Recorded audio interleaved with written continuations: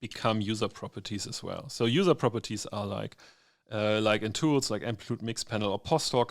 Also, like GA is possible now as well. It's like user properties are basically like one level above event properties, and they are bound to this kind of user.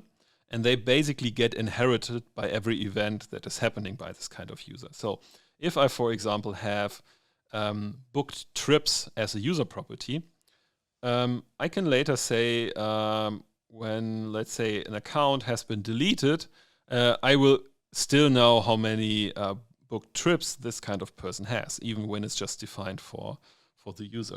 Because everything that is defined for the user is also available later for filtering or for breaking down for the specific kind of event. And so the interesting thing about this one here is like booked trips is something that I like a lot, because it's like a, let's say, a stats property. And it changes over time, of course. Like if they do another trip, then it goes up. And so whenever, like, for example, someone logs in, then you basically have to figure out the booked trips. And so sometimes this kind of information is not really present because it has to be calculated. So these are classic calculated properties.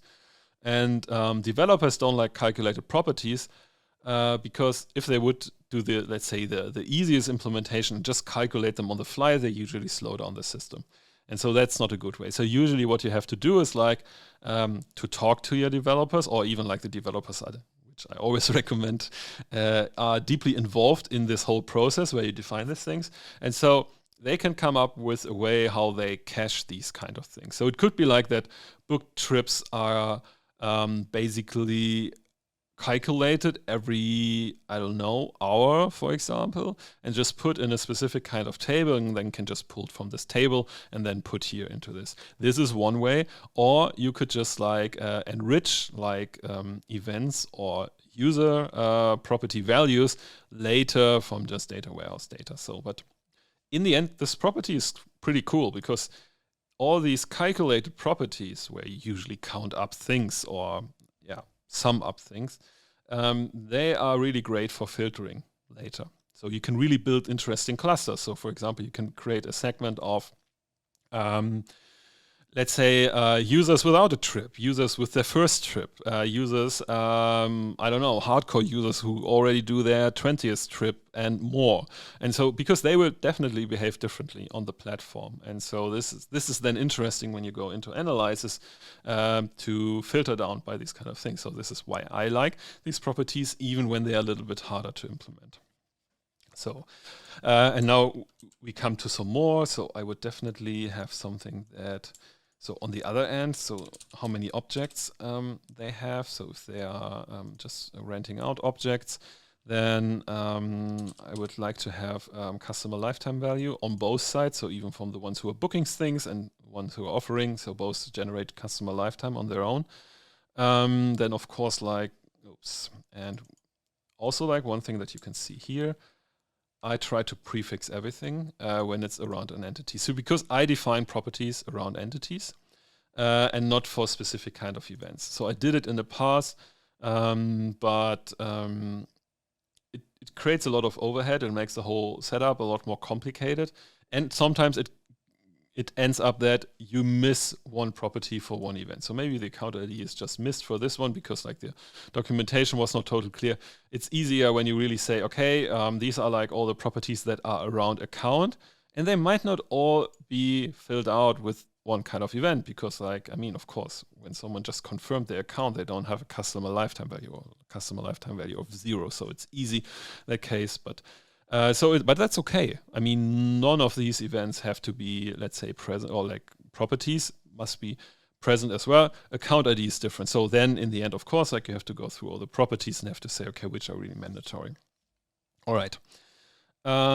Let's see what we else. So yeah, we definitely have something like Superhost on the offering side. Then yes, so update field. And so this basically is something that really is just important for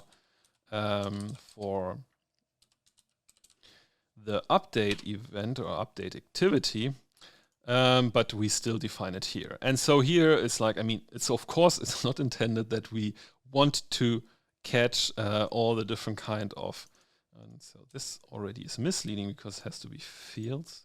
And in this case, it should be values. So in that case, it doesn't really requires that you, of course, put all the things that someone is changing. It's just important that, so I would just define here what kind of fields have been updated when someone is updating their accounts.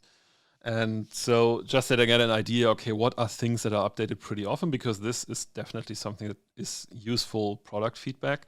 And even about the values, so I think this is just important for some things. So if you really have significant, let's say, settings that give people, when they choose the setting, a different experience, then of course, like, the value is important as well. So, but it's really like, it's not like a catch-all, so you don't want to really catch all the fields that have been updated.